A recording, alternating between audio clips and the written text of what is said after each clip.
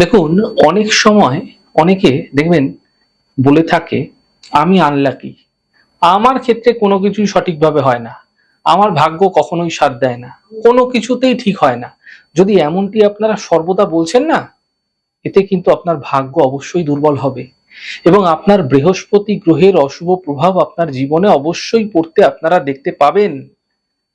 তাই কখনোই নিজেকে আপনারা আনলাকি বলবেন না। সবসময় নিজের সম্পর্কে নেগেটিভ কথা না বলাই ভালো।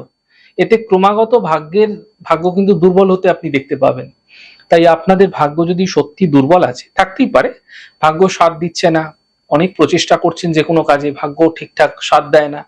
এমন ক্ষেত্রে আপনারা কি করবেন? কর্ম তো অবশ্যই করতে হবে, কিন্তু তার পাশাপাশি একটি ছোট্ট প্রক্রিয়া আপনারা করতে পারেন। তা অত্যন্ত সহজ প্রক্রিয়া, সাধারণ প্রক্রিয়া করে দেখুন, ভীষণ ভালো ফল পাবেন। কি করবেন? আপনার গৃহের নিকটবর্তী কোনো শিব মন্দিরে আপনারা যেকোনো সোমবার দিন সকালবেলায় চলে যান।